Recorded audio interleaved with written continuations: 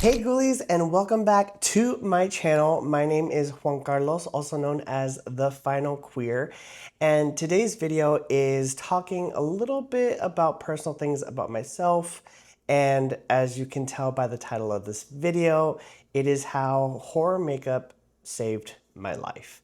So we are going to talk about my love of horror, we're going to talk about my love of drag, my love of makeup, and we're also going to talk about how queerness fits into horror and where my ideas for all this stuff came from.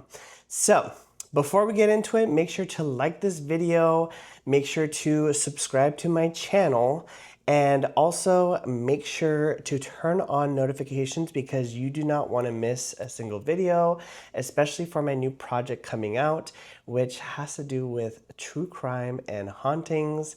So go ahead and do that, and let's get into it.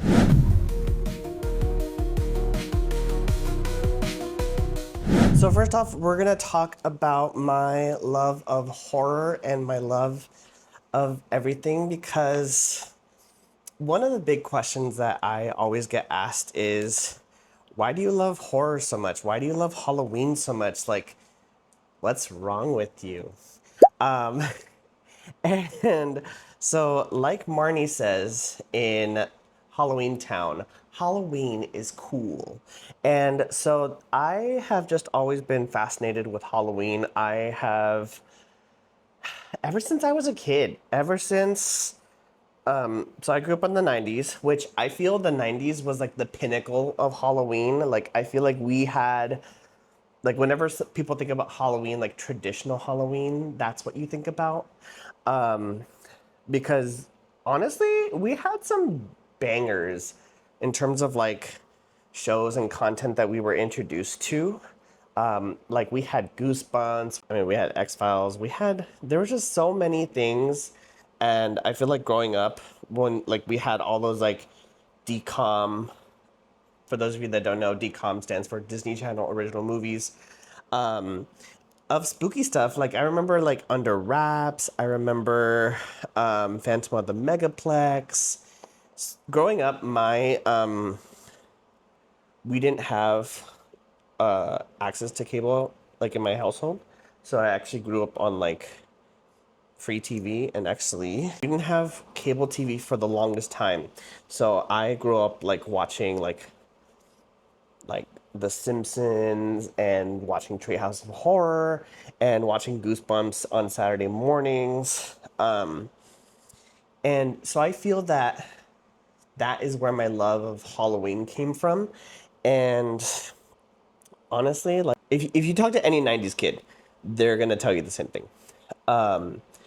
But one of the things that I always talk about is that my brother actually is the one that introduced me to a lot of horror growing up, because he's older than me. He's 4 years older.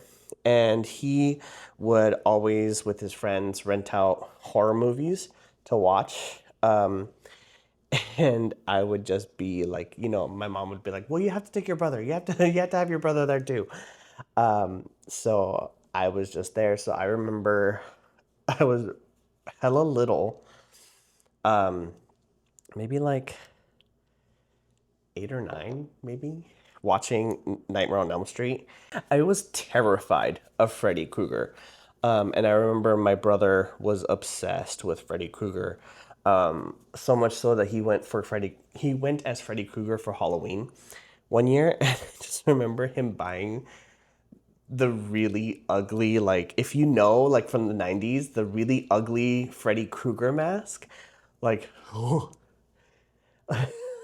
but it terrified me. But in that instance, that's where I really saw, like, I fell in love with the characters. Like, I fell in love with Nancy, and then my brother introduced me to Scream, and I fell in love with Sidney Prescott, and I would just really resonate with a lot of these final girl characters. And I was just like, damn, like, they're awesome, they're badass. Like, I want to be like them. And I think that when I look back, it's definitely this like idea of fighting your inner demons, or like the demons that like come out and find you, and really like surviving and thriving. Because whether it was Scream or Halloween or Nightmare on Elm Street or Friday the 13th, all of these movies had the final girl that would fight the big bad, you know, villain at the end. And she would have that like personal growth of, being forced to, you know, survive. And I think that is like, as a queer person, you look to that and you're like, wow, like, these people can survive their worst fears. And it kind of gives you that feeling of like you can do it too, even as a queer person. Because, even as a queer person growing up in the 90s, it was definitely hard. And I feel that horror kind of gave me that safe space to be able to escape, in a sense, to a world where these final girls existed. And and they were just awesome. They were great. They kicked butt, and I wanted to be like them so bad. That is where my love of horror came from. It came from my older brother, but also just being surrounded by a lot of shows that were influenced by horror. Like, again, R.L. Stine, Are You Afraid of the Dark, decom movies. Those were like the things that I always just looked forward to the most. And I just always loved Halloween. Like, Halloween Town was my ish. Hocus Pocus, like those movies made me who I am today. So yeah, so that is why I absolutely adore Halloween. Now we're gonna talk about how I got into makeup and how I got into drag and my whole journey into that. So essentially, during COVID is where the majority of my curiosity for makeup began. And I feel like that's the story for a lot of people, actually, that like in COVID, that's where people really were like, you know what, like I'm kind of like wanting to try out new things and try out like these like different skills. And I feel like a lot of people came out of COVID with new skills that they didn't previously have.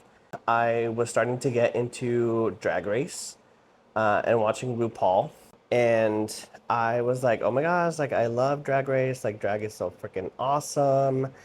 And I started to really think like, what if I like started doing makeup? Like, wouldn't that be like a serve? Like, and when I first started off, oh my God, it was terrible. I'm still not like the best, right? Like, I don't claim to be the best at makeup, but I have come a long way.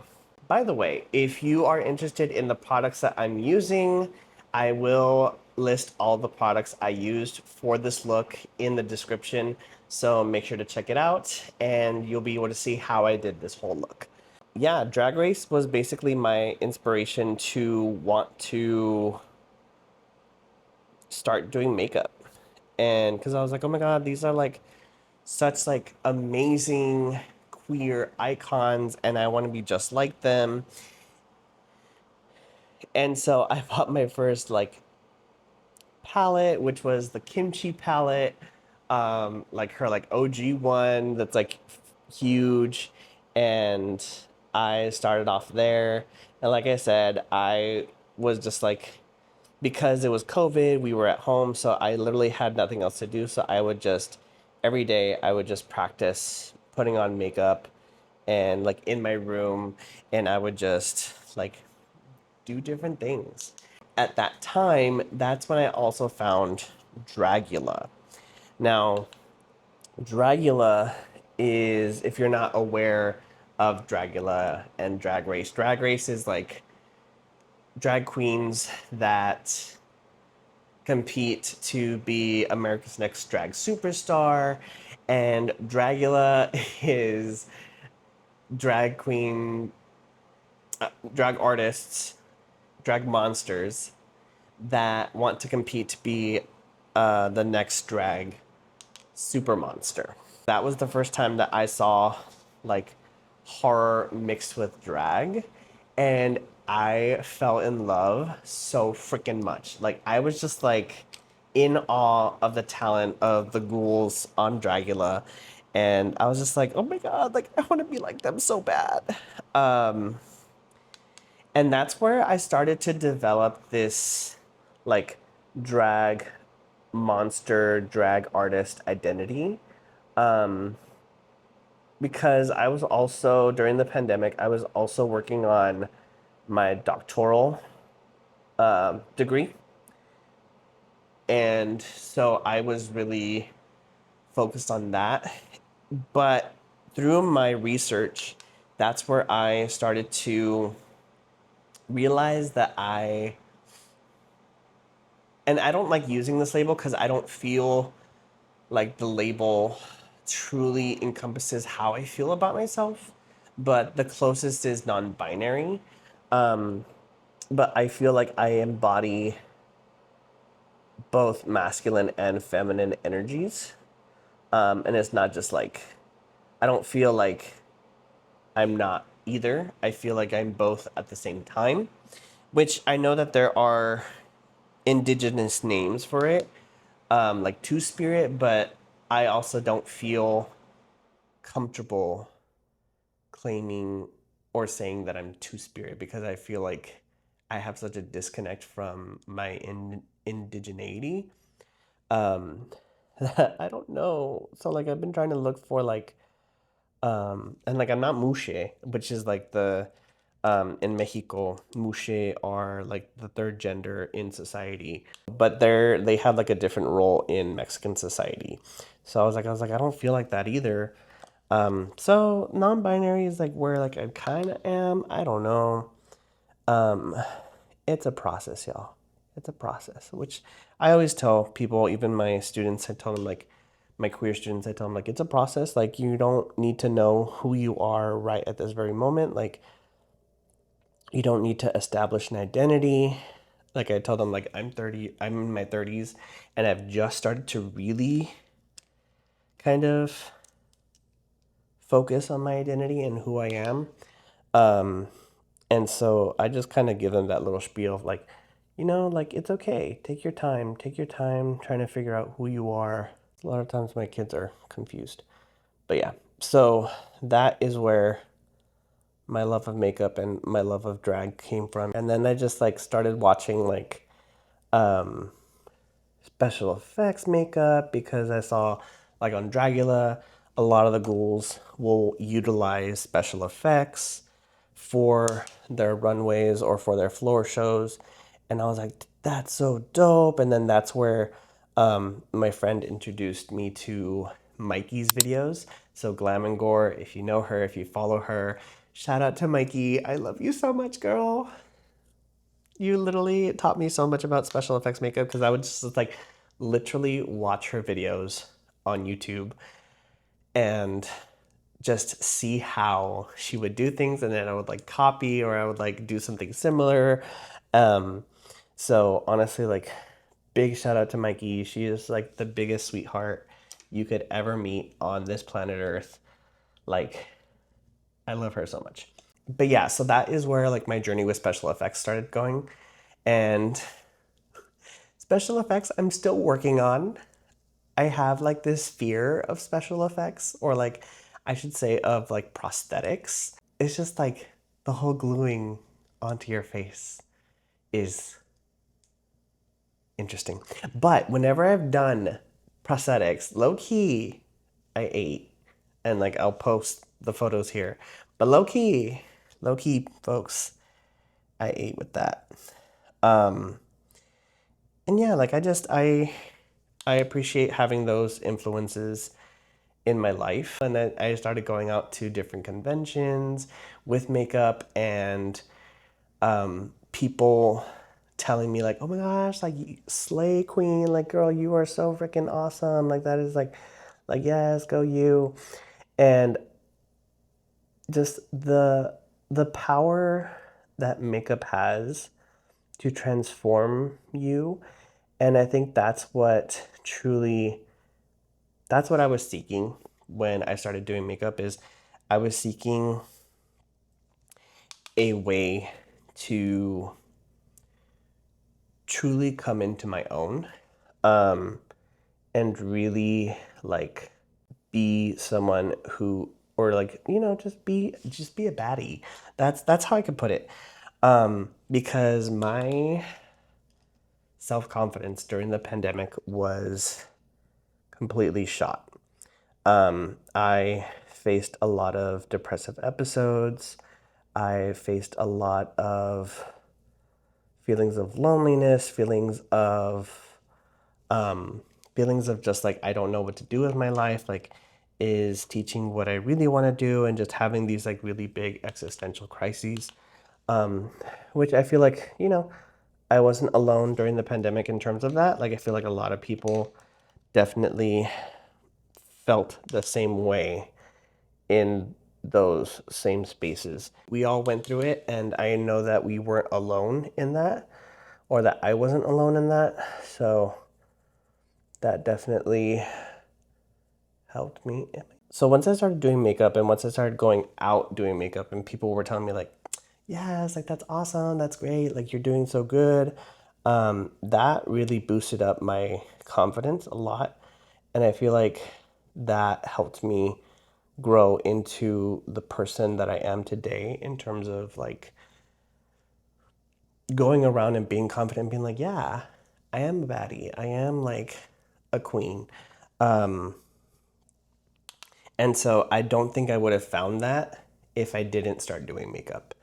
And I think that's also just the power of makeup is taking that, like bringing out that inner beauty that you feel that you want to feel on the inside and put it on the outside.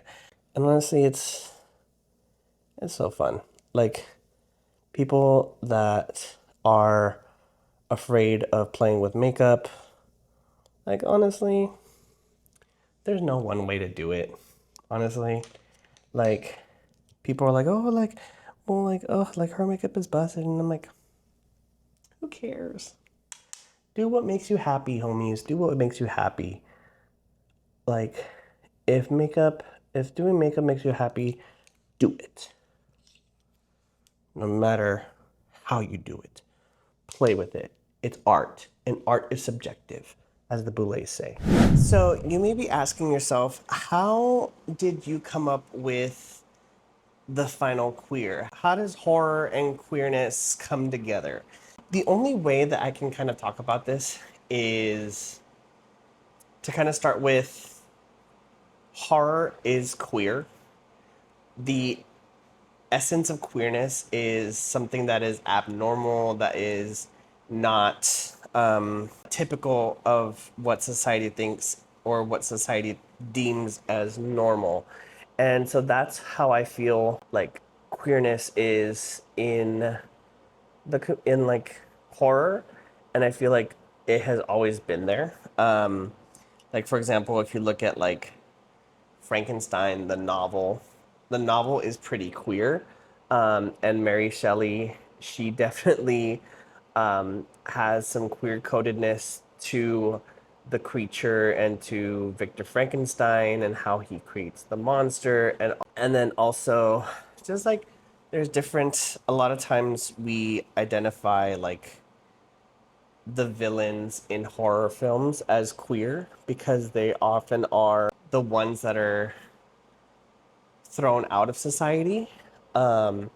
And so that is kind of also how queerness enters the horror community and how we perceive queerness. And oftentimes in horror, queerness has been used to specifically attack groups. Like, for example, Sleepaway Camp. If you know the story plot, the ending is very problematic in terms of, its depiction of queerness.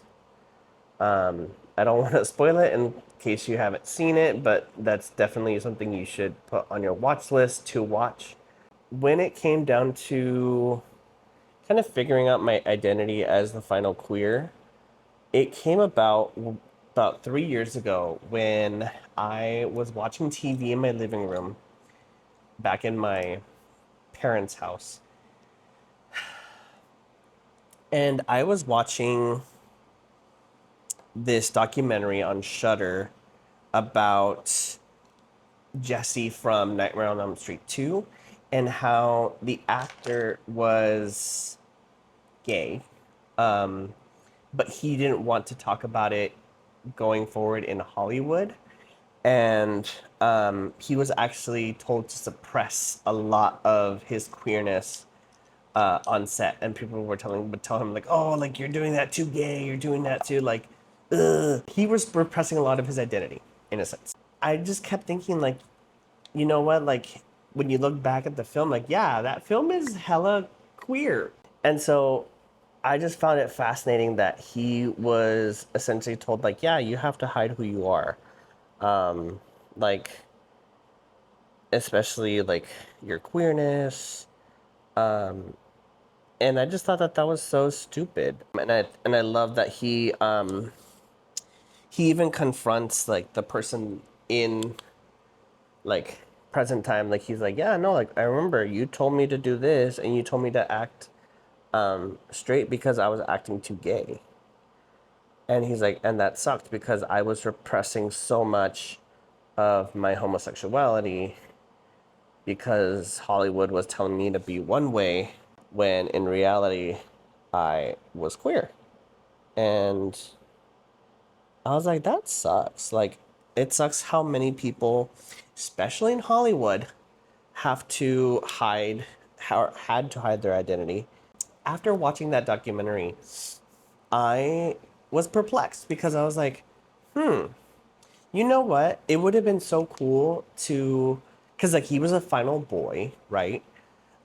And then I was thinking to myself on the couch, I was like, it's so cool that there's like final boy, final girl. But what about someone like myself who identifies as like non-binary or two-spirit or anything of that nature? And I was like, how do we call ourselves? Like if we were in horror films, I mean, we never really see ourselves in horror films because typically in horror, the queer character typically is either the villain or they're murdered right off the bat for their queerness. But if we were to have a queer person, what would they be called? Final what? And I thought like I had previously I had seen like someone use the final them, and I was like, okay, that's cool, but when it comes to like final boy and final girl, like boy and girl are nouns. Why do we have to use a pronoun like final them?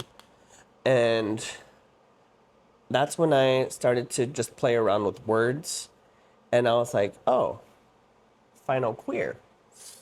And I was like, that's a name that we're trying to reclaim as part of our community, right? Like I know the use of the term queer in older generations is still a lot for them to handle because it was used as a derogatory term towards them, but we're trying to reclaim that word. And so I was like, oh, that's actually really dope. Like that has a nice ring to it, like the final queer. And so that is where my name came to be. And that is where I've been these past 3 years as the final queer, doing my final queer stuff, going to movie premieres, going to spooky events, introducing myself as the final queer, making stickers. And I just feel so appreciative of the family that I have, and the friends that I have surrounding me, because like without them, I feel like I wouldn't have been where I am today. Because I remember telling my friends like, oh, like I have this idea for this like identity, like this like drag character, the final queer, and they're like, yes, like oh, we love that, like do it, like yes. So shout out to my Ghostketeers, Alexis and Sochi. I love you so much. Shout out to also Backstitch Bruja, Yvette, for taking me under her wing. And like she asked me to like if it was okay to like release merch that said final queer, and I was like, I mean, I don't own the words, but like I appreciate the, you know, that she was like, yeah, and like I want you to like model for us, and I was like, oh my god. And so that is kind of how everything has come together in my life, and it honestly has changed my life for the better. I feel like my life would have gone down a different path had it not been for me finding my identity in horror and makeup, and really just finding who I am. And I hope that other people can find themselves too. And honestly, just to know that also it's a journey. It's not something that is gonna be like you figure it out all in one day. Like I'm still building myself in terms of who I am. Like for example, this year I started doing nails and started getting my nails done.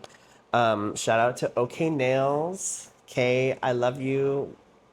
Your nails are always so beautiful. And you know, that's something that like I like mixing in that idea of masculine and feminine, because I the feminine is the nails, but then I also wear like I wear boy clothes. So that is where I'm like, you know, this is dope. Like I love being able to play with gender and just finding what I like in my life. And really finding what I enjoy and just embracing it, because if you don't embrace those parts of you, who you are, and those parts of your life, then you're doomed to just not truly be authentic. And I found that in being my authentic self, I have been able to be a beacon for others. So I'm a high school teacher, and when I started getting my nails done, I started noticing that one of my queer sen- he was a senior last year. One of my students, he started to do his nails, because I think he started to see like, oh, like Dr. Olivares does his nails. He goes and he's like very confident. I exude that around campus. So I think he saw that and felt comfortable doing that and being himself. And I think, and then also like people like supported him, and I just thought that that was really cool to see.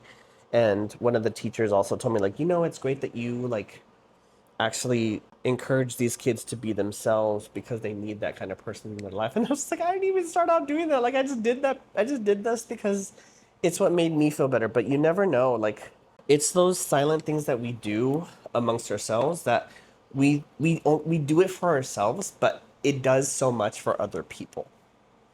And that is something that I want to encourage you all to do, is just be your most true authentic self. Who cares what people think? Who cares? I think once I started to realize like I don't care. I don't care what people think about me. I don't care what people are gonna say. Like sure, like there are still days where I feel like, oh, like I don't know, like should I should I wear this out in public? Sure. I think about those things and I think about those days. But ultimately, I'm like, you know what? But the light has to come from somewhere. And especially in these times, like, it's so crucial to really need that light in the darkness. And I feel like that's why we need more queerness in horror. I love that there has definitely been a rise in queer characters within horror. There's a lot of horror books that have queer characters and final queers in them. And I appreciate that because I'm just like, yes, like we need that. So definitely like Bury Your Gaze, which is, I have it right here. Bury Your Gaze by Chuck Tingle.